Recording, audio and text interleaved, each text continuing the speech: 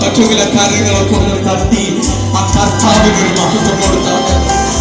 എല്ലാ കാര്യങ്ങളും ഒന്ന് തട്ടിച്ച നിമിഷം ഒന്ന് ആത്മനിരാവിൽ ആ ദൈവത്തെ ആരാധിക്കാൻ കഴിയുമെങ്കിൽ ഈ അന്തരീക്ഷത്തിന്റെ അകത്ത് നിന്ന് അങ്ങനെ ഒന്ന് ദൈവത്തെ മഹത്വപ്പെടുത്തി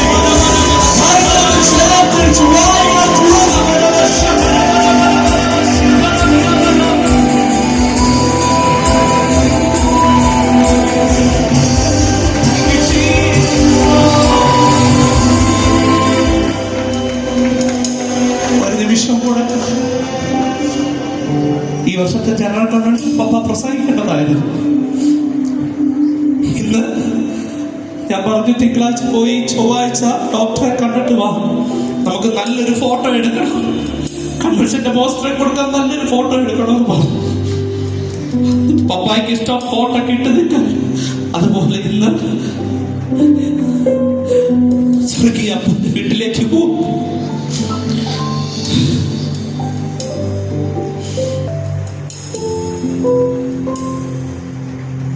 ഈ വർഷത്തെ കൺവെൻഷന് പ്രസംഗിക്കാൻ വേണ്ടി പപ്പ വാങ്ങിച്ച ബൈബിൾ പ്രസംഗ കുറിപ്പൊക്കെ തയ്യാറാക്കിക്കൊണ്ടിരിക്കുകയായിരുന്നു. പക്ഷേ അപ്പനെവിടെ നിർത്തിയോ അവിടെ നിന്ന് ഞങ്ങൾ തുടർന്നാണ്. ആർക്കും ഞങ്ങളെ തടയാൻ പറ്റത്തില്ല. ഞങ്ങൾക്ക് ആകെ പേടിയുള്ളത് ദൈവത്തെ മാത്രമാണ്. അതുകൊണ്ട് ധൈര്യമായിട്ട് ഞങ്ങൾ മുമ്പോട്ട് പോവാണ്. എന്റെ അമ്മ ഭയങ്കര ശകല രോഗാവസ്ഥയിലാണെങ്കിലും അമ്മയ്ക്ക് വേണ്ടി പ്രാർത്ഥിക്കണം.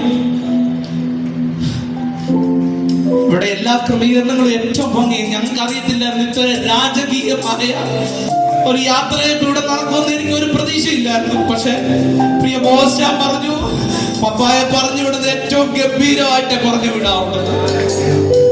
എന്നാൽ കഴിയുന്ന വിധത്തിൽ, എന്റെ പ്രിയപ്പെട്ട സഹോദരങ്ങളാൽ കഴിയുന്ന വിധത്തിൽ ഇത്രയൊക്കെ ചെയ്യാനേ പറ്റിയുള്ളൂ.